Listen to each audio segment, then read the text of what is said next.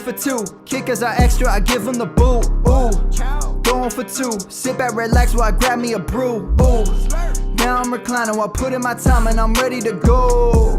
My spine is aligning and much my lineups, my bank account grow. I am so rich, but knowledge is all that I'm leaving it with. Ooh, listen to this, multiple options, how far can I get? Ooh, DFS Dynasty redraft tonight, I'm not finishing last.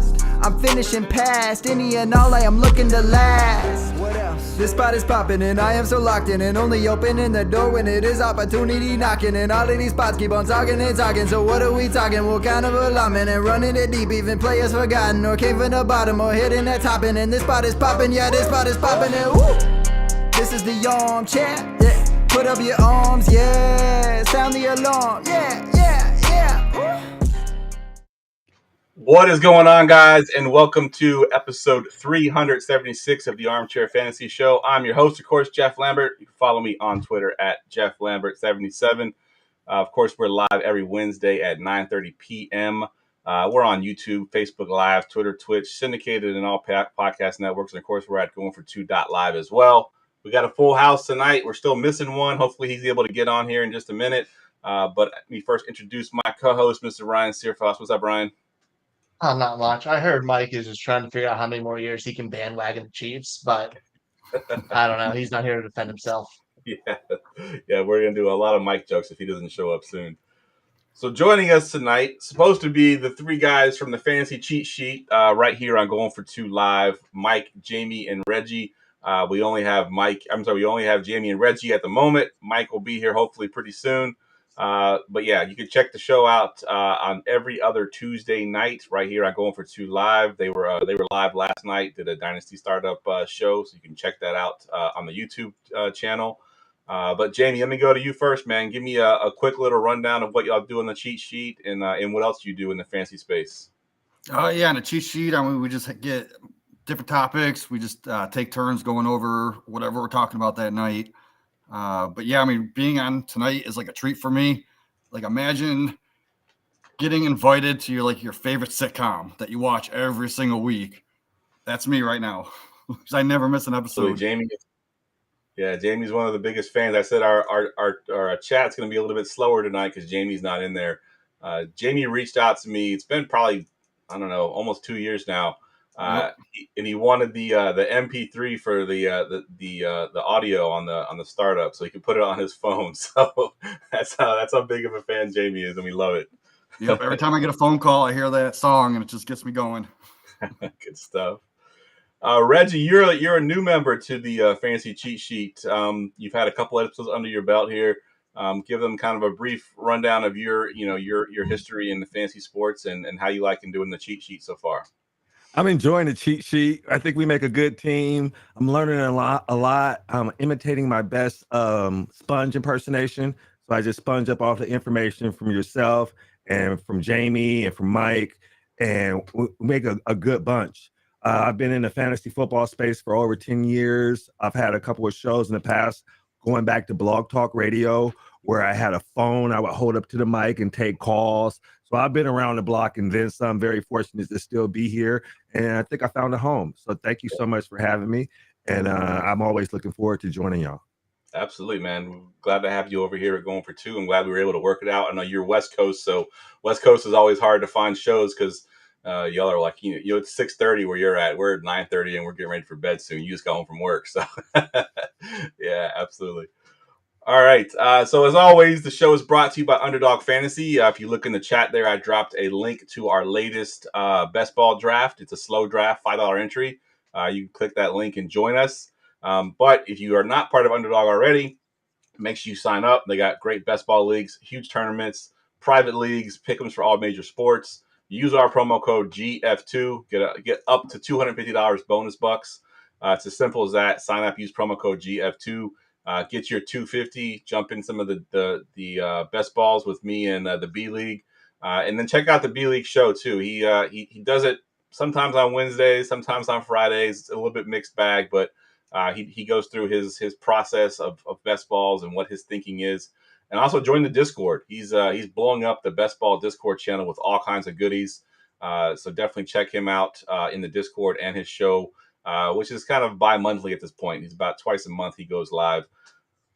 Tonight's show, we got a lot of stuff we're going to do tonight. We got a full house, like I mentioned. Hopefully, Mike will be able to jump in at some point in the show where we can get his thoughts on some of these things too. But we're going to be doing breakouts, bounce backs, and busts.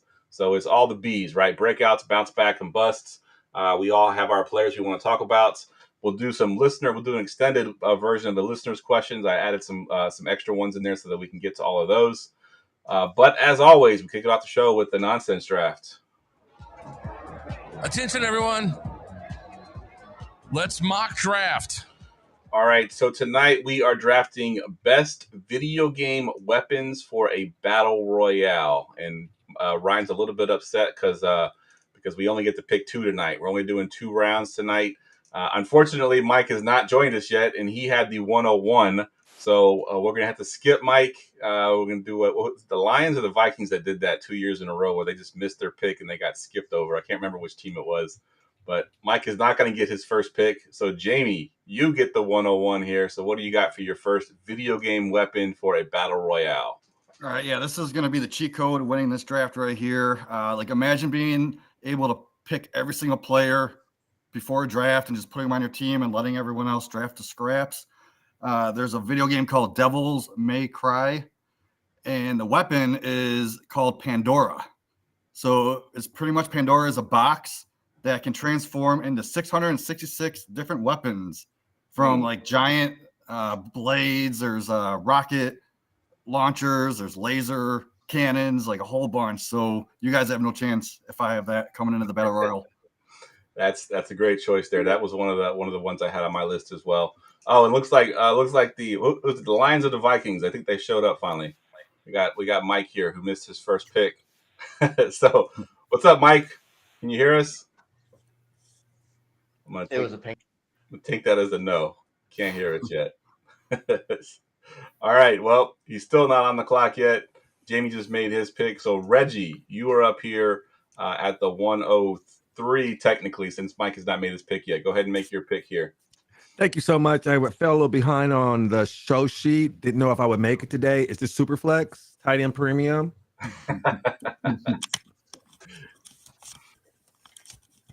Going Superflex with the weapons.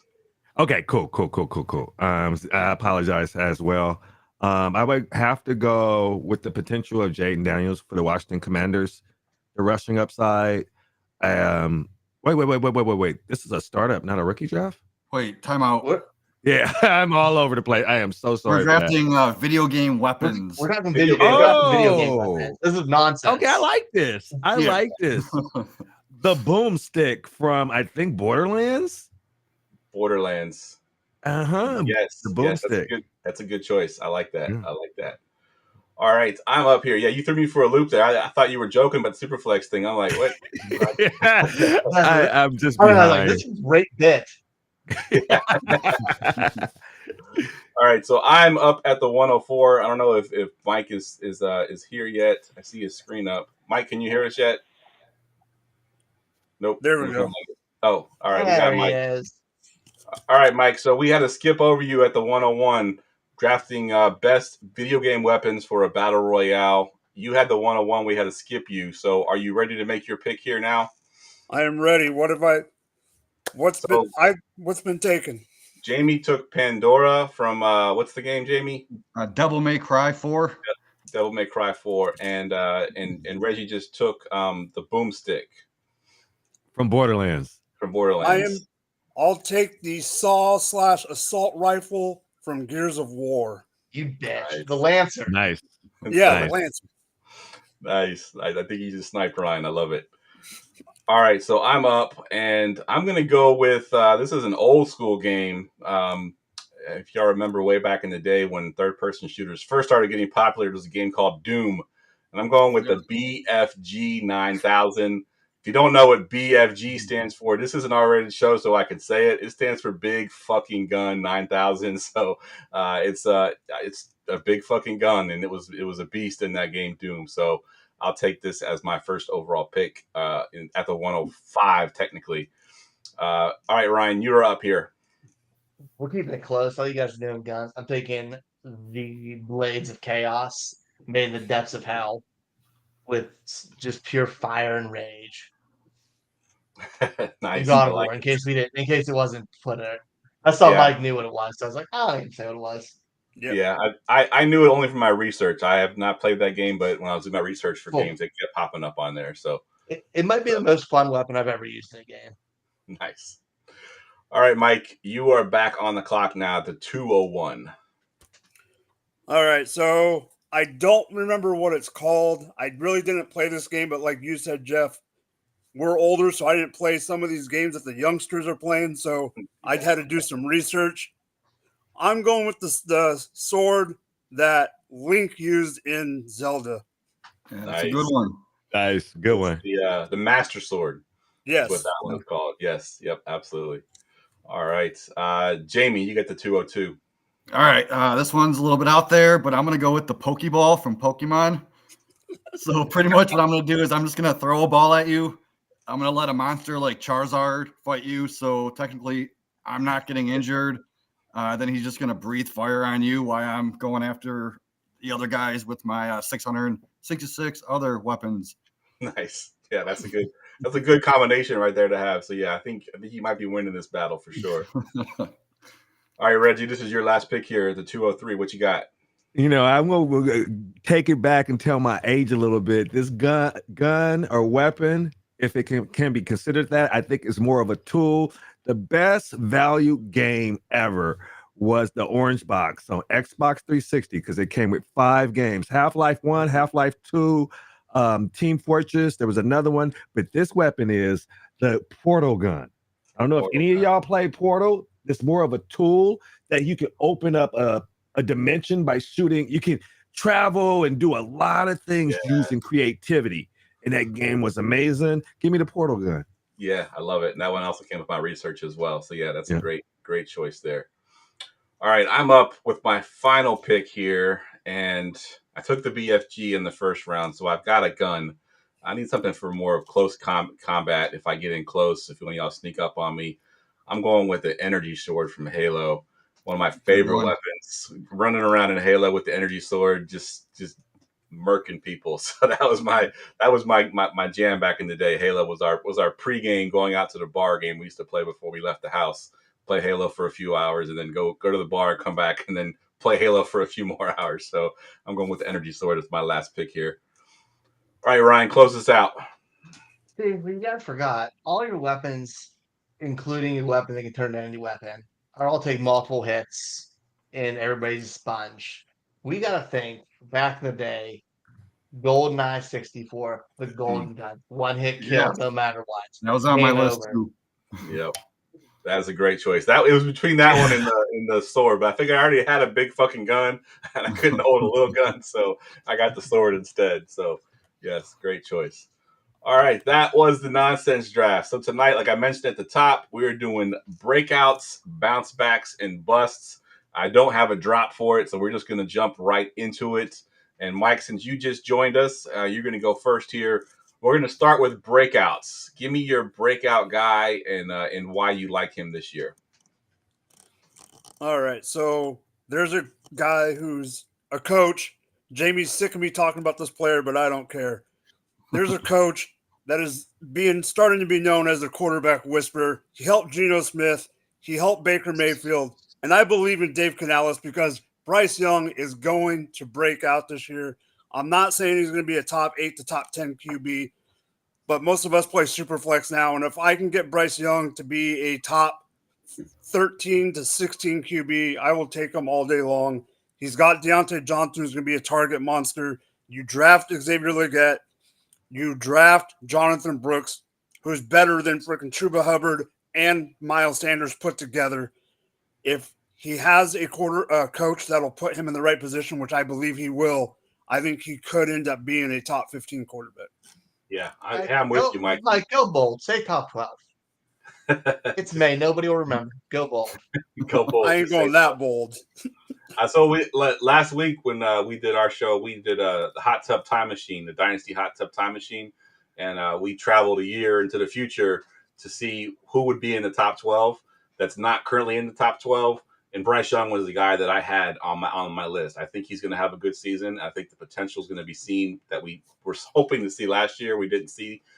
So he was my choice to sneak into that top 12 by this time next year. So I love that pick. So great call on Bryce Young. All right, Reggie, you're sticking with the quarterbacks because you got a quarterback in your breakouts here. Talk about your guy. I really think this guy has been put in a position to see if he got what it takes in the not very long league, the no fun league, like they like to say. But Will Levis, Tennessee Titans, they've made a lot of changes to that team on the offensive side of the ball. They took a play out of a nostalgic play of not throwing him to the Wolves at the beginning of the season. He got to sit back for a while, learn, probably not from the best, but I got a chance to hit the ground running.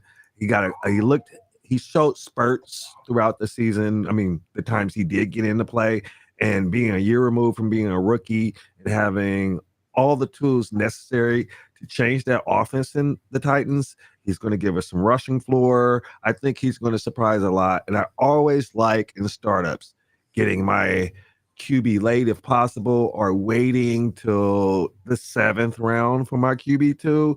And I've been targeting him, but a lot of people are catching on that he may be a very good QB2, if not more. Yeah, absolutely. And the price that you got to pay for him because of that perceived dislike of that offense and dislike of that team as far as offensively, you can get him pretty cheap. And I agree. I think he's got a chance to shine. He's got the weapons in place there, some good receivers, some decent running backs we hope can pan out. So, yeah, I like Will Levis as well.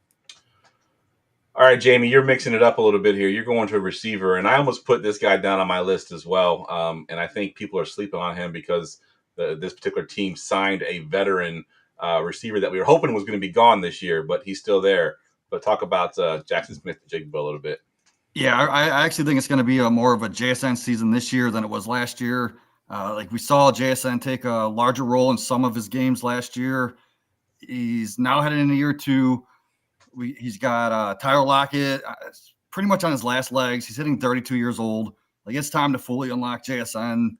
And like what I do is I like to look for second-year breakout players, and I look at the prospect talent and what they could be, and if they're being drafted outside of the top 36. And JSN's currently being drafted around 45, something like that.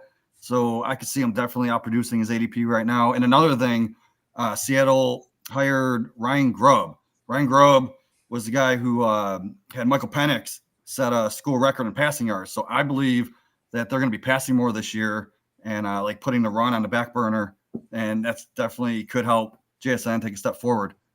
Absolutely. I'm with you on JSN as well. I mean, people look at it, his last year as like a down year. I mean, this is a guy that had 93 targets, caught 63 of them for 628 yards, and had 4 touchdowns in a rookie season where he wasn't the main option or even the second option in that offense. I believe he even caught 2 game-winning touchdowns. That means they trust him in the fourth quarter. Only started 3 games and did all that without even starting in those games. So, yeah, I love JSN. I do think he surpasses Lockett at some point this season. If not right in the beginning of the season, Lockett will still get his, but I do think Lockett is there as a veteran presence, and I think JSN will be utilized a lot more heavily this year. So, yeah, I love that call. Ryan, you did what I did, and you kind of reached pretty deep. I kind of like the guy you have here, though, because I almost took him as well. Talk about your receiver. So I'm taking Jalen Tolbert for the Cowboys. There is a ton of targets to look for there.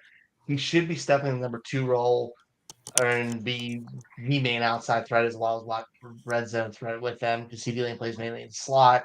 Brandon Cooks is a deep threat. That team threw the ball 614 times last year. You're losing a ton of targets, and you can't even forget the targets that Tony Pollard had there. This is a team that's gonna have to pass the ball in their division, and CeeDee Lamb's always gonna get his, but it's gonna open up the world for him. I think stepping up year 2, he was their second most efficient receiver at 12.2 catch last year. He has all the makings for the opportunity to break out. Yeah, absolutely. I'm with you 100%. I like that pick a lot. And he had a little bit of hype in coming out as a rookie that kind of faded away, but he's been doing his thing, grinding. I think he has a chance to really show out here. So that's a good call. My guy has a similar narrative to that guy. He's the number 2 receiver on his team. Mr. Michael Wilson, of course, is the number 2 next to Marvin Harrison Jr., who y'all expect to be a top 10 wide receiver right off the bat. And he's got a great tight end there too, in Trey McBride. So the one thing that Michael Wilson will not see all season is double teams. And because of that, I think he's going to be able to get open. He's a big target. He's 6'2", 6'3", something like that. Had a decent rookie season last year on a very bad offense with some very bad quarterback play. Managed to catch 3 touchdowns, had 38 catches for 565 yards on a very bad team. That team is still got a lot of work to do, so they're going to have to be passing to kind of keeping the games. And I do think as a third option in that offense, he can potentially put up some good numbers. And you can almost get him for free at this point. I mean, I've seen him in some shallow leagues where he's just sitting on the waiver wire. We all play in deep leagues, so I doubt he's on the waiver wire in any of our leagues. But I have seen some shallow leagues where he's sitting out there just chilling. Adam, he's the number 2 receiver on a team that is trending up. And I think even if it's not this year where he breaks out big, next year when they get him a few more pieces in here, I think he can definitely be a huge breakout. So Michael Wilson is my breakout guy. Yeah, I love that call. He's one of my targets in a lot of my best ball leagues, and you can get him super, super late. Absolutely. All right, let's do some bounce backs. Let's mix up the order here. Let's go to Jamie. Let me go to you first. Give me one of your bounce backs. I'm going with one of my elite players, Jonathan Taylor. He missed the first 4 games last year, I believe. Some kind of injury, or it might have been a contract thing. I don't know. But then Zach Moss was performing pretty well. So when they brought Taylor back, he wasn't getting the full workload. So it wasn't until week 9 when he started playing that 75% of snaps, he was getting 62% of the rushing attempts. So I'm thinking he's going to have similar usage to that this year, all year long in that Colts offense. And we all know that offense can be like highly favorable for fantasy points. Absolutely. Yeah. And the thing with him, like on the show last week, I talked about his backup being a potential target of mine as well, Evan Hull. But Evan Hull, I love Evan Hull. Yeah, but when you think about it, like if Evan Hull's his backup, you know what I mean? Like Jonathan Taylor's going to get a huge workload. As much as I love Evan Hull, and I think he can be decent in fantasy, he has no one to threaten him. He has no Zach Moss. Like Zach Moss kind of stole some stuff from him last year. He has no player behind him that's going to steal a whole lot of touches. Evan Hull will get his, I think, just because the nature of the NFL. Running backs get hurt. They also tend to take a lot the committee approach that they use to keep him healthy. But yeah, Taylor is going to have a monster workload. So yeah. And one more thing, I know the Colts they led the league in average snaps per second.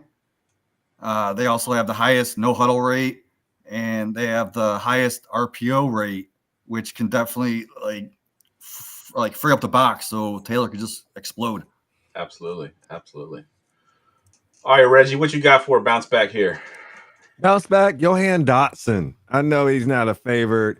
I just know that since Curtis Samuels left to the Bills, I believe, and then there's no more Sam Howell, Jaden Daniels may be electric, and I just don't think he can put up another season and expect to stay in the league for long, because it didn't even look like he was good for football.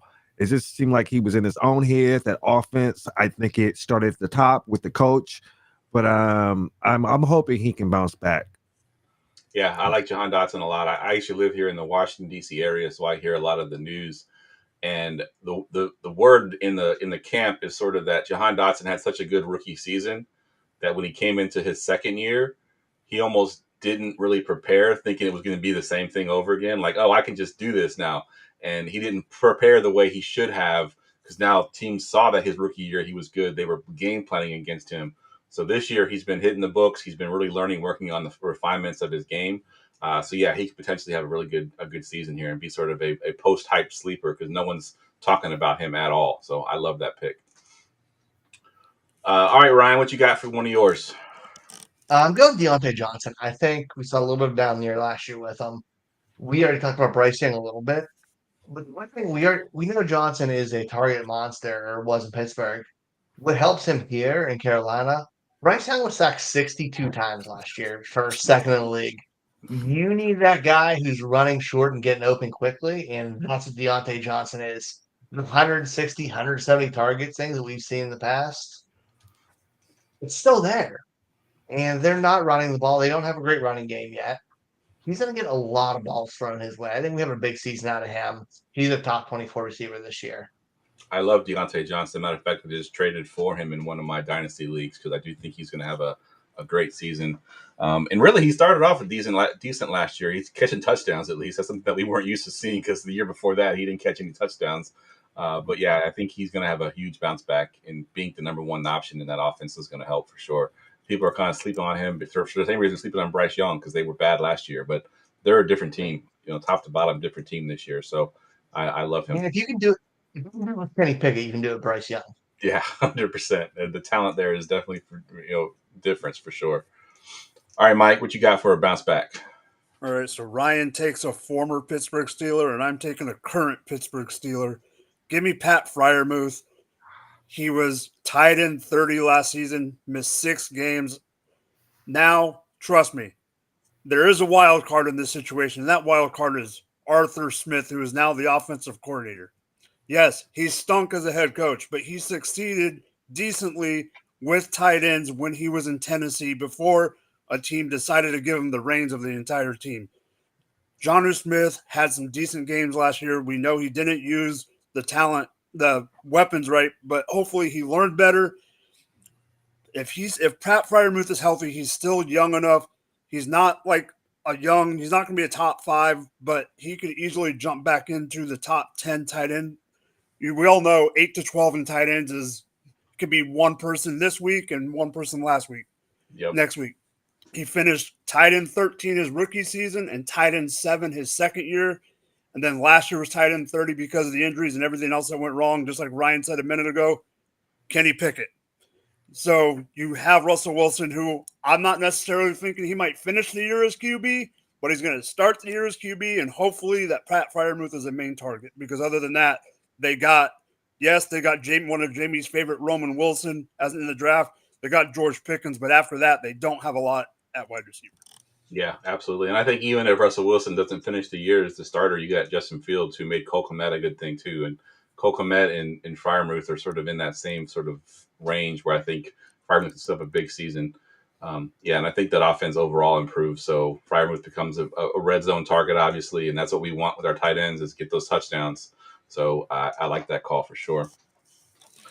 So my bounce back actually changed teams this year. He was with the Packers last year, spent most of the year injured, and had a pretty big monster end of the season where he was just utilized tremendously.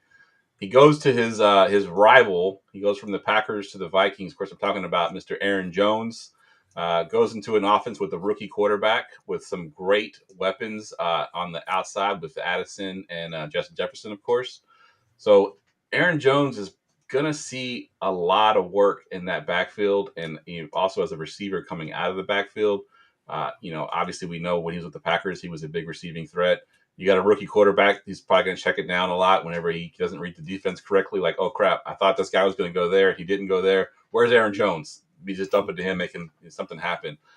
Jones, has always been, he's never really fallen off. He just deals with injuries. So I think if he can find a way to stay healthy, and being motivated, playing for his rivals, the Packers gave up on him. He's going to have that motivation to show himself, prove himself again, and he's going cheap because no one seems to really believe into him because of his injuries last year. So Aaron Jones is my bounce back candidate.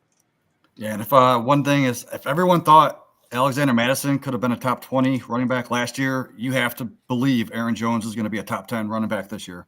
Absolutely. And I was that guy, Jamie. I was the guy who was pumping up Madison last year. I'll never let you forget it. Yeah, based on volume alone, I had Madison, I believe, higher ranked than I should have. But if Aaron Jones gets that kind of volume, yeah, he was bad at football. But you can be bad at football if you get volume. He was so bad at football, he got the volume and still was terrible. So it didn't work out so well. Aaron Jones is not bad at football. We've seen him have some monster years. So I love Aaron Jones for at least one more season. I think he's got it in him to sort of show that he still got it. All right, we'll move into the bust category now, and this is very lofty because you can kind of consider, guys that are high drafted as a bust. You can consider guys that are expected to be good to come out and be a bust. So there's a lot of ways you can look at it when you think about bust. But Mike, why don't you kick us off here? Give us one of your guys who's going to be a bust. James Cook. He's not being drafted as like the top, top 2-round player, but he's got a lot of buzz. People think he's going to continue to get the targets in the red zone, and he's going to get targets. He's a pass catching running back, but we all know Josh Allen is still going to steal carries at the goal line. He's still going to run the ball within the 5, and I honestly believe that Ray Davis is going to take some carries away too, and I do think that I'm not going to say too much about a player, but losing Stephon Diggs is going to be a key. Yes, they brought in Keon Coleman. I know you're high on Keon Coleman, Geoff, but he's not going to quite yet be the star player that they need to take the targets away or the attention away from James Cook yet, if ever. But James Cook is a player now that he's one of the main weapons besides Kincaid on this team. And if you can focus on one of them, depending on the situation, I just have a feeling he's not going to live up to his ADP. Yeah, I'm with you on James Cook because what the thing that was kind of telling to me, you mentioned Ray Davis, but they also took Frank Gore Jr. as well. Yep. So anytime you take 2 running backs in the draft, especially when you lost as much talent as they lost this past offseason, and they spend 2 picks on running backs, it kind of makes me go, how do they really feel about James Cook if they're drafting running backs when they had other needs to try to fill? So yeah, I 100% agree with you on that one for sure. And I think it's funny. I'm just going to point out your other bust that you mentioned there, Gabe Davis. I know he's now a Jacksonville Jaguar, but he was a Buffalo Bill. So it's ironic that the Chiefs fan, of course, would pick the 2 Buffalo Bills to talk about being busts. So Gabe Davis has a really bad spot in my heart because I went in on Gabe the year after he burnt us in the playoffs, and he burnt me. So there's hard feelings there. Hard feeling. I don't think you can be a bust if you're already a bust. Yeah. Just saying. Yeah, 100%. Yeah. All right, Reggie, give me your bust candidate, and I tell you what, Reggie, I'm going to argue on this one because I'm on the opposite side of this one. I support Reggie. I fully support it. I have to dig it because we can't really call somebody a bust in the 18th round. What are you putting on the table? What are we doing? But a bust to me is somebody you're drafting in the top 4 rounds that does not produce dividends. And one thing that I remember is he didn't end up at wide receiver 1, but they don't repeat themselves often.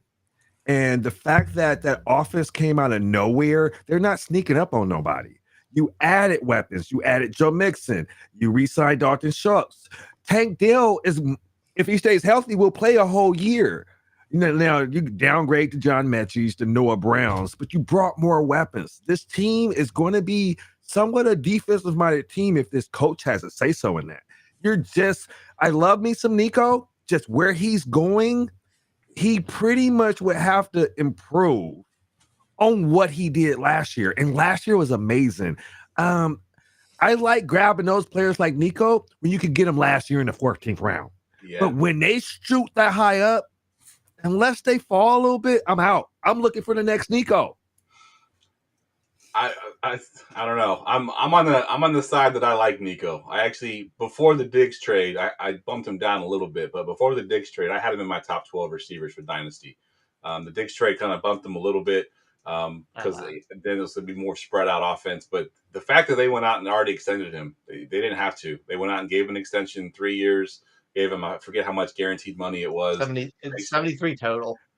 Like I got a reason why. 50 something guaranteed. 50s, yeah. I call it the Eric Dampier effect. It's from basketball. He played for the Warriors, made the All-Star team 1 year after 4 years of not doing nothing. Got paid by Dallas and never did anything again. So once players get paid, that thirst, that hunger to produce, not everybody, but some players I got the bag. I'm just here to collect a check. So I try to steer away from those cats. I want the hungry cats that want to get paid, not the ones that just got paid. Fair. Also, to that point, I know Houston was an elite passing offense last year with Stroud breaking out. and I'm sure it's going to be great this year. The defense is fantastic. They're going to be playing the lead. They have Joe Mixon there. They got to feed Stephon Diggs, who's going to force you to have 150, 160 targets, or else he freaks out. Tank Dell's electric. You have to get him the ball. I don't see a world where he's getting over like 115, 120 targets. Right. Right. They scored, they threw 23 touchdowns this year. Say that turns into 28, 33. Just how much growth is it for an individual in that office? 23 passes. I think I got that right. So that's coming in my thought process too. They grew 33 this And year. Schultz will be That's there a the whole great jump, but you're not getting 43. Yeah, You know? I do see the being devil's advocate. I see the route where he could potentially not be what we think he is. I'm just not ready to buy it yet because I was so high on Nico, and I was one of those guys that got Nico so cheap. It's kind of like when it's like your son, right? You got him cheap, and you were the one like you were on him, and now you want him to succeed, so you're like still rooting for him. So yeah, I'm on the Nico Collins train. But Jamie, Just be you happy have you the saw the ceiling. what was that? I said, just be happy you got that ceiling. Yeah, fair It was enough. worth Fair it for that 1 year. It was worth. Yeah, it was. I won a championship, so I'll Some of take those it. touchdowns looked easy too, like Yeah, layups. yeah. Like some of that production, like, dang, he doing that. But the eye test, it looked great, but some of that seemed like blown coverages. It wasn't like we can move on, but it's just a weird thing that I'm being wary of. Fair enough. But Jamie, you have another guy in that offense that you're claiming to be a bust. So I want to hear your side of the story here. Yeah, so Stephon Diggs, if you look at him last year, he struggled in the second half of that season. Could have been due to injury, could have been some like undisclosed injury, or he could have just been being a problem child and being a little crybaby because he wasn't getting targets. But now he's turning 31. So that's concerning to me a little bit because he could be declining. That might be one of the reasons he didn't do so well last year. And now he's coming in. He's going to have all these target competitions. And we already saw him in an offense where he was the best receiver. And if he didn't get the targets, he was crying about it. So what is he going to do this year when Nico gets 3-4 more targets than he does, or Dell out targets him a game? He's going to throw a hissy fit.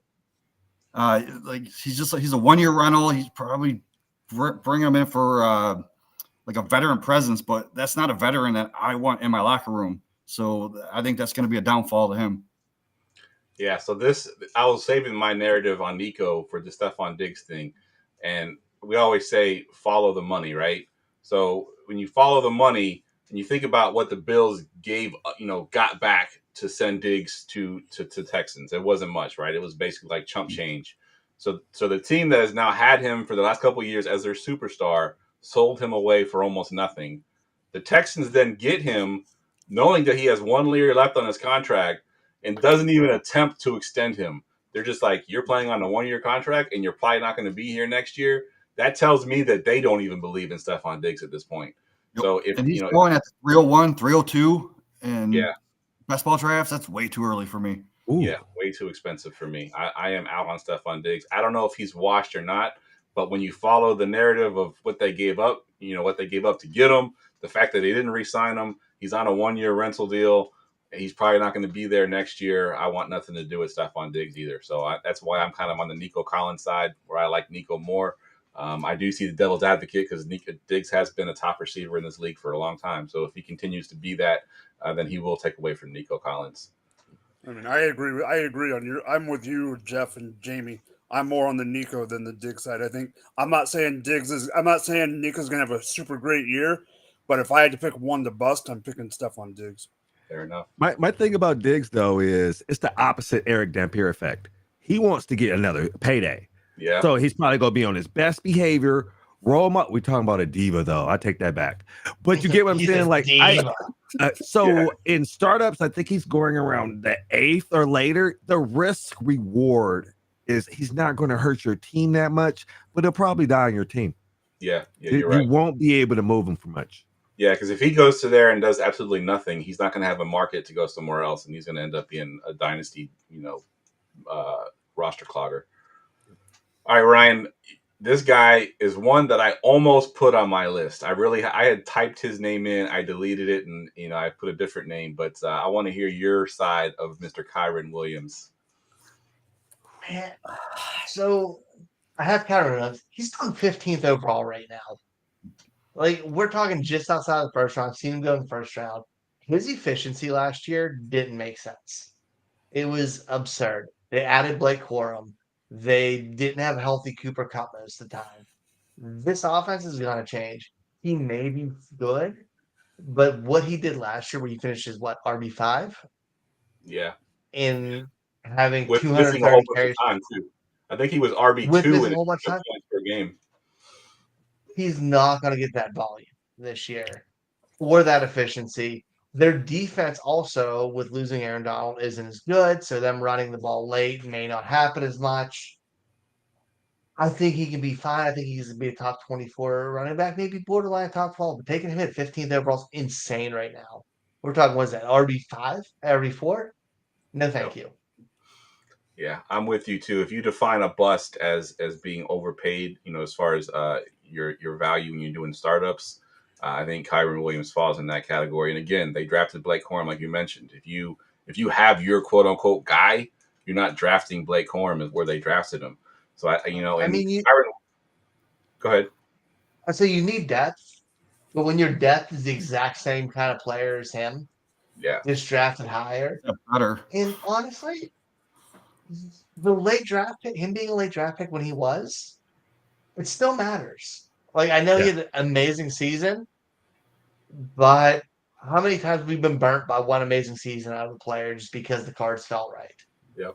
Another fun fact is McVay has never had the same running back hit 1,000 yards back-to-back seasons. Yeah, I was just going to point out. So I was going to point out that the Rams and McVay are not very loyal to their running backs, right? Like Todd Gurley was great, and then they sent him out, and then Cam Akers, had a really great closing to a season, and then didn't do anything the next year. They didn't even keep him around; they traded him away. So the fact that Kyron Williams had a good season last year means nothing at all for this season. If Blake Corum comes out, plays well, McVay will make the switch, and Kyron Williams will be left out in the cold. They have no loyalty whatsoever. So, and you're right, Ryan. As far as his efficiency, it's almost unsustainable. Like the only player that even came close to his efficiency last year was Christian McCaffrey, who was just slightly more efficient than Kyron Williams, which is crazy because they're not the same player. You can't compare Kyron Williams and Christian McCaffrey. He's not going to be able to repeat that kind of season. Let's be real.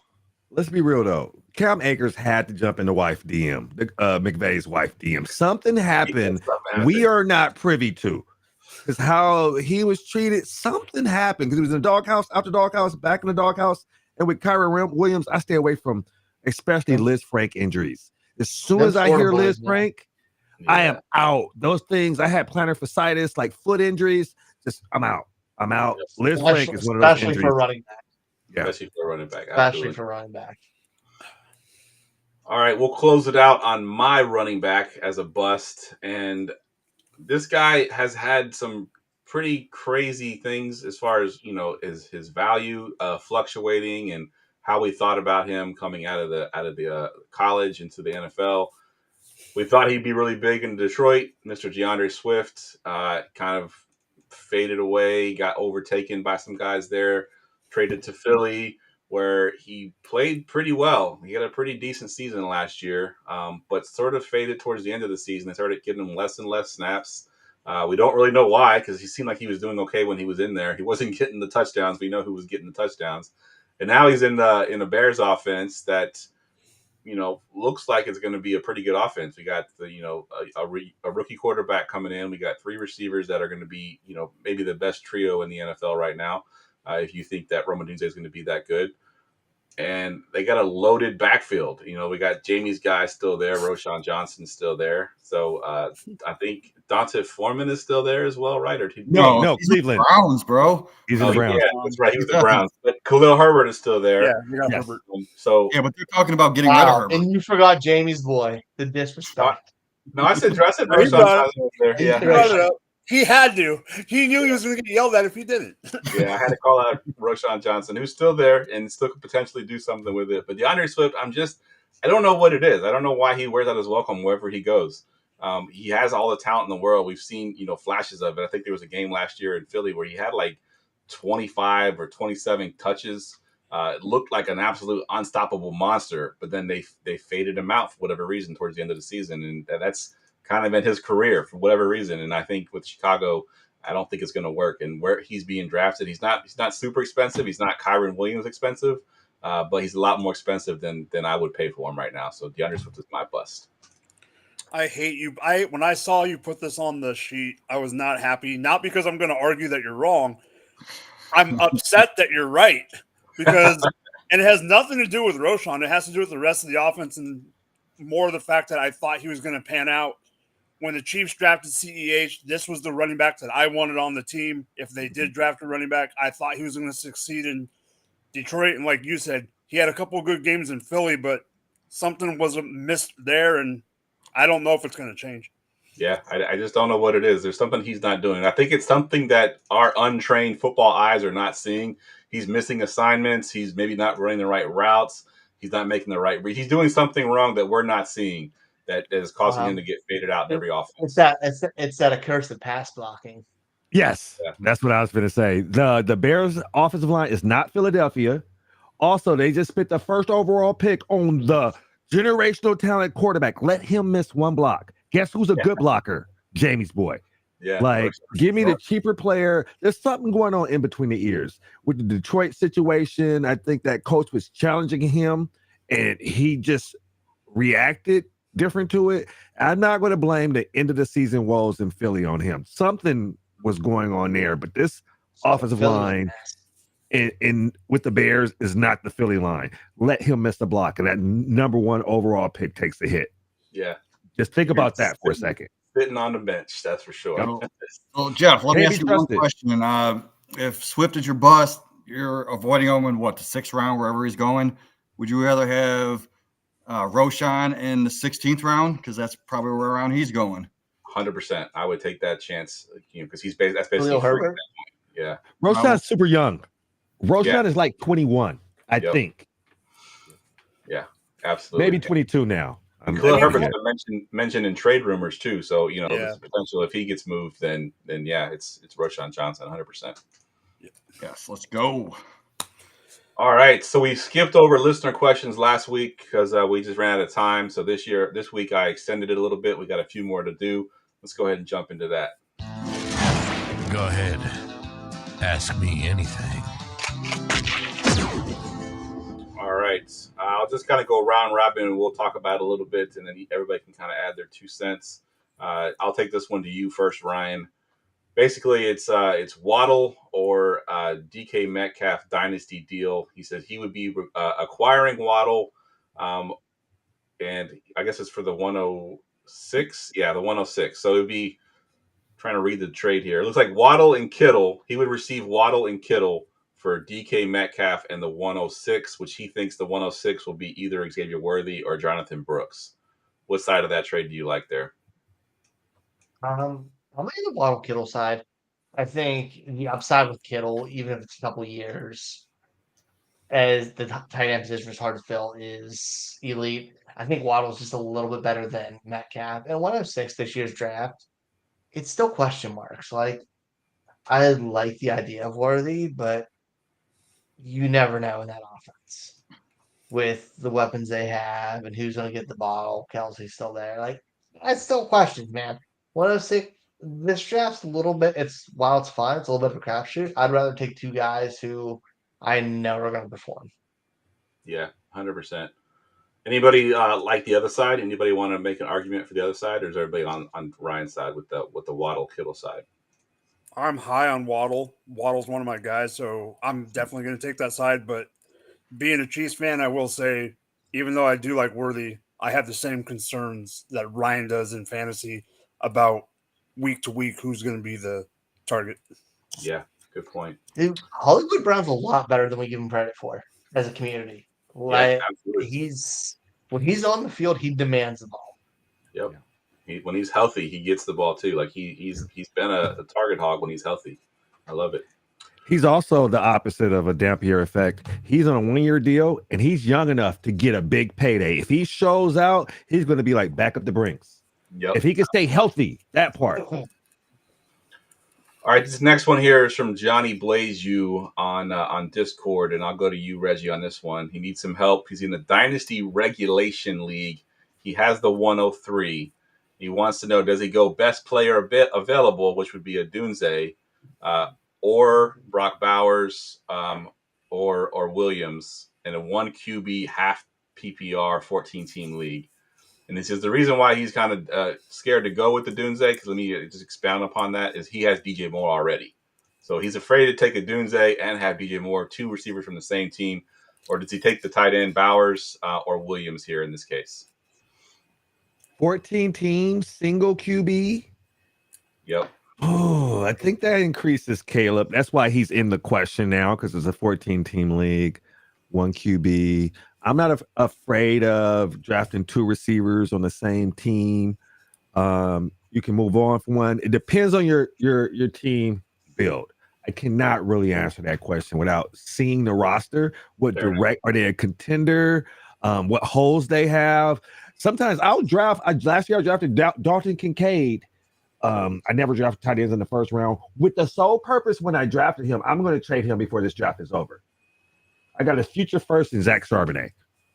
Hey, that's not bad. Yeah. Not bad. Jamie, what are your thoughts here? So, like I said, again, BPA is a Dunze. He owns DJ Moore, or should he go with the tight end Brock Bowers or the QB Caleb Williams? And it's a 1 quarterback league, but it is 14 teams, like Reggie mentioned, so it could be a little bit more important in the league this size. Yeah, no, I was in that situation. So I was on the clock. It wasn't tight end premium. I already have DJ Moore. I went best player, which in non-tight end premium is going to be a Dunze for me. No problem. I won a league last year with AJ Brown and Devonta Smith on a team. So I'm not worried about having the same player on the same team. So give me a Dunze. Yeah, I'm with you 100%. I'm going to Dunze as well. I'm not even thinking about it. I never, and me and Ryan talked about this plenty of times on our show, we never really think about roster construction in the rookie draft. It's all about value. Get the best player available, and Dunze is the best player available at the 103. So that's who I'm going with. I disagree. Yeah. Go ahead, Do you Ryan. guys scared about a rookie QB? What's It's a the ceiling? 14-team league.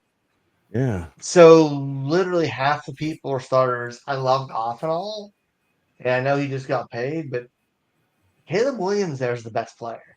He's in the best situation. You can see if Goff balls out. You have Caleb Williams is what we think he is with those receivers, those running backs, and that offense. A top 12, top 8 quarterback in Dynasty is going to return 10 times over, even in a 14-team league. Because Adunze, as good as he is, as talented as we know he is, he could take some time because he's behind DJ Moore and Keenan Allen. Brock Bowers just being a tight end, being this shit show that's the Raiders, could take some time. Williams could play immediate dividends, and you can either keep him or flip one of your quarterbacks because it's a 14-team league. And if you have injuries and you see a team that's starting Jimmy Garoppolo, which is going to happen in a league that size, you have some serious firepower. Also, will have the I longest think he's the career. best player there. You have the Huh? longest career too, more than likely. Yeah. Oh, that too. I don't play many single quarterback leagues, but I was at the 111 and Caleb Williams was available. Jaden Daniels was gone. I would have taken Jaden Daniels at that pick if he was there, but I passed on Caleb Williams because in a single quarterback league, I don't want a guy like that. Yeah. Question: Was it 4 points But per it's passing 14 teams. touchdown? 14 Was it 4 14 teams is a lot, man. 14 Who's teams. his other quarterback? It's Goff Goff. and It's Geno Goff. Smith, I think, is what he has. Yeah. Oh, it's there. We got visuals. I'll take Goff and start him over Caleb. Jamie, was that league 4 points per passing touchdowns? I'm just trying to figure out why Daniels went before Caleb. Yeah, it was definitely The 4. rushing Yeah. upside. Yeah, the rushing upside. It's the rushing upside. All right, let's go to the next question here, Mike. This one's for you. This is from Enjoy the Show 513. And it's a simple, straight question. Should I trade the 107 for Zay Flowers from the Ravens straight up? Is that something that you want to do here? It doesn't give you a whole lot of half point PPR, 1 QB. So, yeah, he does give me a little bit of 1 information. QB. I'm still taking the 107. 107 instead of Zay Flowers? Yeah, I'll take the 107. I know I like Zay Flowers, but in that offense, he's the number 2 target. You got Mark Andrews. It's still Lamar's show. You know, what's his ceiling going to be? I do like Zay, but it's hard for me because I do like Zay, but give me the 107. The 107. Ryan, I want to go to you, get your thoughts here, because Yeah. I have a feeling Ryan's on the other side of this question in a I one think he is. I think he is. Because we're talking a wide receiver who had 858 yards as a rookie. He's young, and in playoffs, when it mattered, I know I said this last week on the show. He had one of the biggest fuck-ups we've seen in a long time, but my man still got fed during that. Lamar trusts him. I know he may be 2 in targets, but he's a big part of that offense. And that number 3 and 4 is the bigger question after that. Yeah. And at the I think 107, you're looking at And what? 107 is a McConkey? huge question. Yeah, That's can we name what that 107 is? And I'm playing a lot of 1 QB leagues. I'm trying to think. I can pull one up. So you would think it would be Harrison gone, Neighbors gone, Odunze gone, Bowers gone, Worthy gone, Caleb gone. So that leaves you with Benson, Brooks, McConkey, Brian Thomas Jr. Ooh. You're doing a startup. Who do you take into that spot? I think Brooks. I think we can call that Brooks at 107 solidly, right? It'd be Brooks. 107 ADP receiver. right now is Brian Thomas. Brian Thomas Jr. That's what I was going to say would probably be there. Keon Coleman might be in that range. Mhm. I think I like Zay. So I play in 2 1 quarterback leagues. My home league's a 1 quarterback dynasty league, and then I'm in another league with 1 quarterback. So one draft I've already done. One draft is going to be this Sunday, and I would 100% take Zay over the 107. I will say I'm a huge Zay supporter. I was before the draft last year, and he got drafted to the Ravens, and it took a little bit of a hit, but I still went out and got Zay. I just think when you get to that 4th or 5th or 6th wide receiver in this draft, in any draft, I don't care how good the draft is or how good the receivers are, there's question marks with those receivers. You know, we know it's Marvin Harrison Jr. We know it's Neighbors. We know it's going to be Rome Odunze coming off the board early. But when you get to the Brian Thomas Jr.'s and the Xavier Worthies and the Ladd McConkeys, I can create a narrative around all those guys of why they don't succeed at all, and you wasted your pick. Zay Flowers has already shown that he can be a top option in the NFL. Had a really good rookie season. Lamar Jackson trusts him there. He's already in a good offense. A lot of things going for him. I can already say that he is going to be someone I'm going to be starting in my roster. The 107, I'm a little bit nervous about. So I would take the Zay Flowers side for sure. Yeah, Zay Flowers reminds me, and don't at me on Twitter, y'all. He reminds me of Antonio Brown.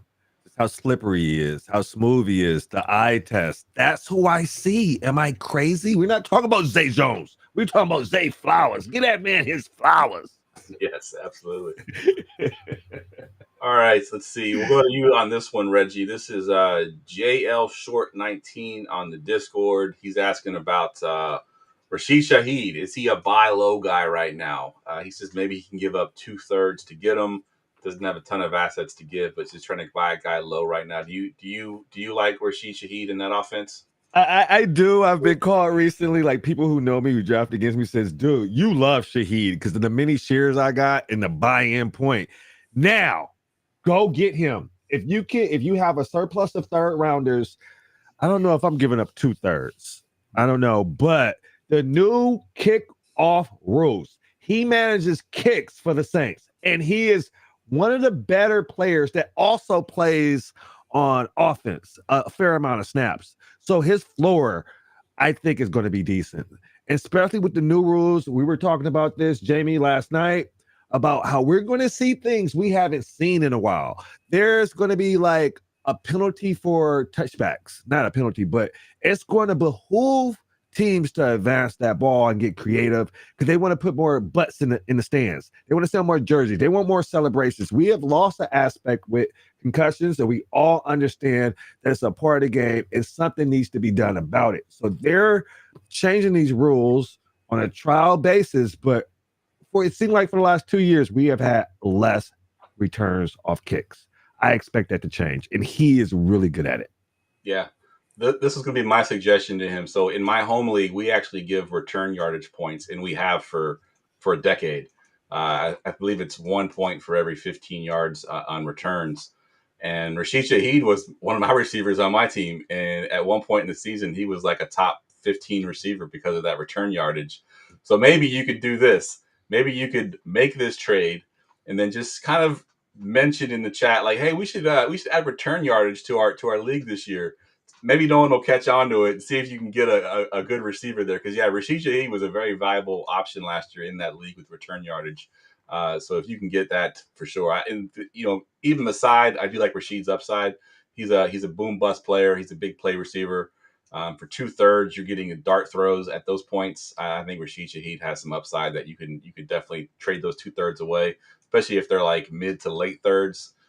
Get Rashid Shaheed in your offense. He's a really good player, I think. All right, let's see. We'll go to this next one, Ryan, and I see Zay Flowers' name here again, so I'm going to ask you on this one. Superflex Dynasty tight end premium. Would you give Zay Flowers to receive DeAndre Swift and the 206? And he's kind of got in quotes there that it could be Xavier Leggett, Ricky Pearsall, or Blake Corum as a BPA at 206. Are you giving that Zay Flowers up for those two picks for that guy, that pick? I think it's team construction on this. It really is. I'm leaning Zay, but I like those guys at that position. I like Swift.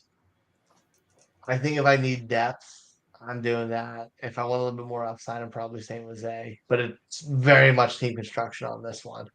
Yeah, and this one, because it's super flex too, that 206 is more valuable than those one quarterback Yeah. we were talking about Like earlier. I think it's a very fair trade. Like it's not. I don't think one side's much better than the other. Like Yeah. if it I was know a, it's a boring answer, but I think it's a fair trade, which you're allowed to have in fantasy football. but if it was like a shallower league, start 8, I would go with the Flowers. But if it's start 12, start 11, go with the two guys. Yeah, I agree. I think that's a good point there. It's shallower league. Yeah. Go with a guy that's going to be a stud for you. But I do think that Swift has at least, I know I poo-pooed him a little bit earlier, but he has that opportunity at least to prove me wrong. And the 206 in the super flex tight end premium league is going to be a pretty decent player as well. So it's really team dependent for sure. Yeah. All right, Reggie, I'm gonna go to you on this one. This guy, you might have heard of this guy. It's Geoff of goingfor2.com. He hasn't. Yeah, he has it. Who's that? Doesn't ring a bell. Doesn't ring a bell.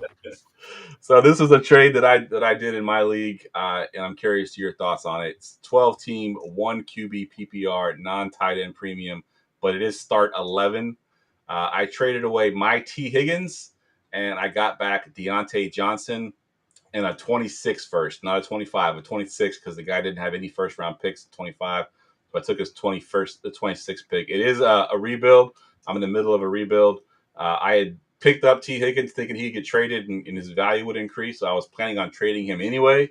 But because he didn't get traded, this is the best deal I could get for him. So what are your thoughts here on this trade? Yeah, waiting for a 26 pick. I don't like as much. Deontay Johnson, I think, will be fine. Almost 1-for-1 with T Higgins, possibly because they both have injury concerns. If you're rebuilding, I'm okay with it, but I have a hard time taking future picks, especially 2 years out before the season starts, because we have this thing where people are joining leagues, cashing in, and getting out of the league. So, in a lot of other leagues that I don't commish, like there's no bylaws, there's no rules. People just want to draft. Somebody offered me, I'm in a draft right now. I had the 110. Somebody offered me a 25 and a 26 first I was like, in a draft where I know people, I'm jumping all over those two firsts and I'll figure it out.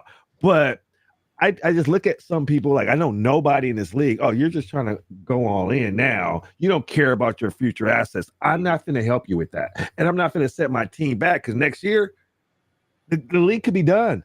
Yeah. And then I just gave up 110 in a startup for nothing.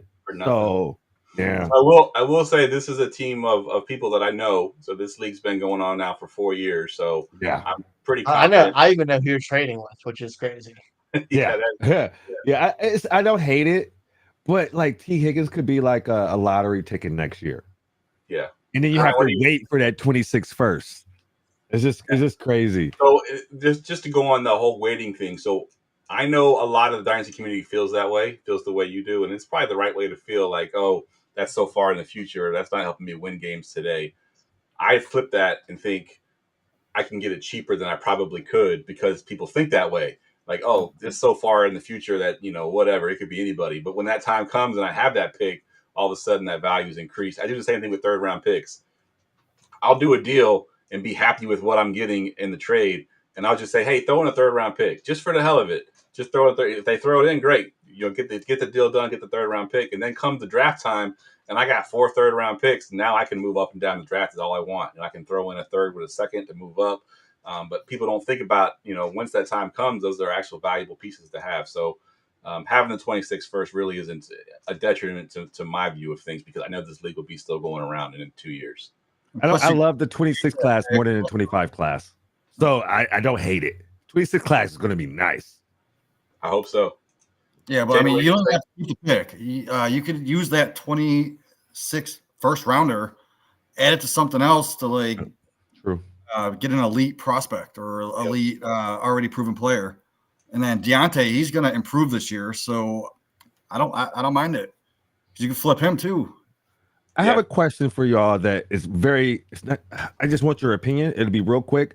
Do you think by 2026 we'll be done with this COVID, NIL, players going back, and we'll get our younger players back by then? Or no, that is over with NIL deals and what? How do you guys feel about that? Sorry to throw us off, but I'm actually really interested in that answer.